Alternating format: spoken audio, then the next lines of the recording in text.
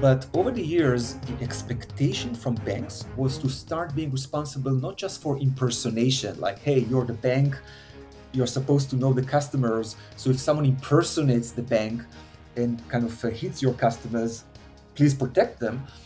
The expectation, both from consumer rights groups as well as the regulators, was protect the customer against any type of scam. Investment scams, romance scams, crypto scams, buying puppies online scams, etc., etc.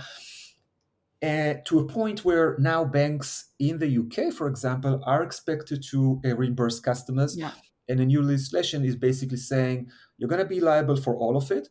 And half of the fraud loss will be the receiving end, not just the bank that is originating that.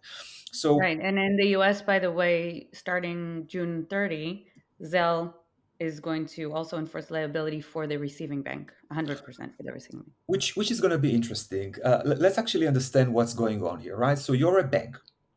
You could be a large bank, you could be a small bank, and there's a customer called Uri who opened an account, I don't know, a year ago, and now starts to receive Zelle transactions. Ayelet is now sending $2,000 to Yuri, right? Why? There could be any number of reasons. Maybe it's rent money.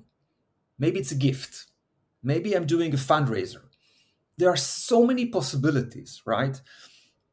If I'm the receiving bank, and this is instant payment, this happens instantly, right? If I'm the receiving bank, I have a very narrow window of opportunity to basically make a decision here.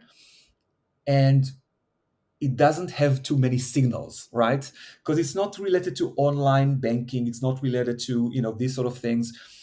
I just received something to my bank account. I didn't have to be online to receive it, right? So how would the bank at this point make an intelligent decision?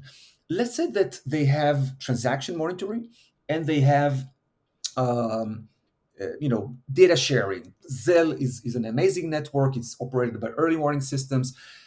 There are all sorts of things that can be done here, right? But any kind of detection model here will have a lot of false positives. Right, but you 99% could will have. definitely, and this is again something we tried to do at RSA many years ago, enforce data sharing for bad accounts. So if there are multiple complaints for an account that it's associated with scams, then you can shut down that account. The problem is, by the time they realize and collect all that data, they've already lost a lot of money in their That's liability. the point, yeah, and you get to a point where you have one mule per fraud, and then you cannot really do anything there, right? Um, it is going to be very difficult for the receiving end to defend themselves at this point.